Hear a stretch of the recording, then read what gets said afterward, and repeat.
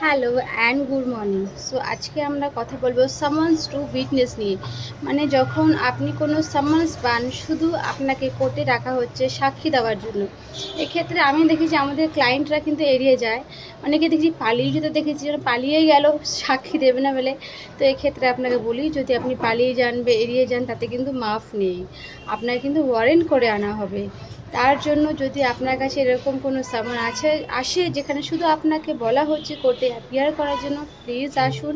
আপনি যদি সেই ঘটনা সম্বন্ধে কিছু বলার না থাকে, আপনার মনে না থাকে, আপনি কোর্টে এসে বলবেন যে আমার মনে নেই, মনে করতে পারছি না, কি হয়েছিল বলতে পারছি না, অনেক দিনের পুরনো ঘটনা। কিন্তু এরকমভাবে এড়িয়ে যাবেন না। হতে পারে অনেক সময় পুরনো ঘটনাগুলো আমাদের মনে থাকে না, সো সেইগুলো এড়িয়ে যাবেন না। কোর্টের সামনে সে বলবেন, না হলে কিন্তু হিতে বিপরীত হয়। সেখানে ভয় পাওয়ার কিছুই নেই, জাস্ট আসুন, সাক্ষী দিন, কিছু বলার না থাকলে বলুন মনে নেই, কিন্তু এড়িয়ে যাবেন না, তাতে হিতে বিপরীত হয়, ওয়ারেন্ট ইস্যু হতে পারে আপনার এগেনস্টে। And thank you.